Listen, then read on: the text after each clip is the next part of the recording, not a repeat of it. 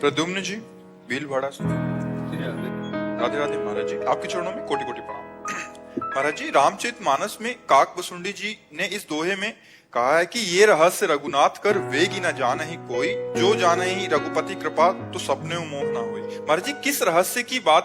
भगवान के लीला चरित्र के रहस्य, भगवान के जो लीला चरित्रों का काकभूषण जी ने वर्णन किया कि एक बार भगवान पा रहे थे तो मैं उनका जूठन लेने के लिए दौड़ा, भगवान भगे।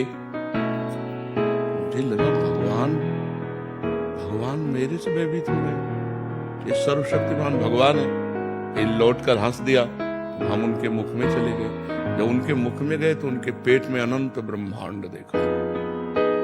अनंत ब्रह्मांड देखते देखते जब व्याकुल हुआ तो फिर हंस दिया, फिर मैं बाहर निकला तो वही फिर बाल लीला।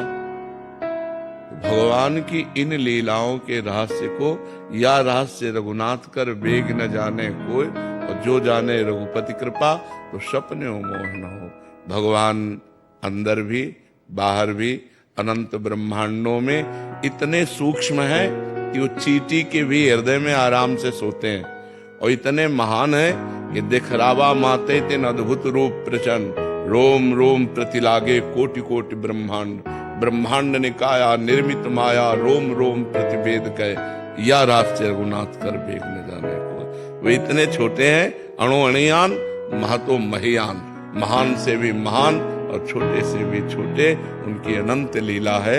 या रहस्य रघुनाथ कर वेग न जाने कोई, और जो जाने रघुपति कृपा सपने मोह न हो। उसे स्वप्न में भी अज्ञान स्पर्श नहीं कर सकता, मोह नहीं हो सकता, अंधकार अज्ञान नहीं छा सकता। समझ पा रहे आप समझ पा रहे? महाराज जी, एक और है इनका, जो संपत्ति शिव राव नहीं दीन ही दिए दसनाथ, सोई संपदा भविष्य नहीं सकुची दीन ही रघुनाथ। किस संपत्ति और संपदा की बात कर? जिस समय लंका का निर्माण भगवान ने पार्वती जी के लिए किया था, जब लक्ष्मी जी के यहाँ गई, लक्ष्मी जी का वैभव देखा।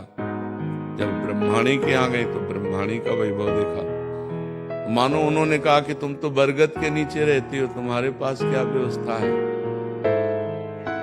भगवान ने लंका का निर्माण किया, स्वर्णिम लंका का। उस स्वर्णिम लंका को पार्वती जी ने देखा, पर कहा कि हमें जो आपके साथ वट वृक्ष के नीचे रहने में अच्छा लगता है। रावण ने भगवान शिव को प्रसन्न करने के लिए कई बार अपने सर काट करके उनके चरणों में अर्पित किए। भगवान ने उस स्वर्ण की लंका रावण को प्रदान कर दी।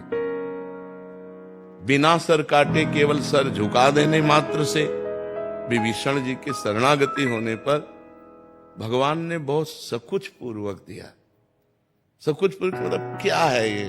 मायाकृत लंका भगवान सकुच, क्योंकि भगवान प्रसन्नता पूर्वक देते हैं अपने चरणों की प्रेम लक्षणा भक्ति।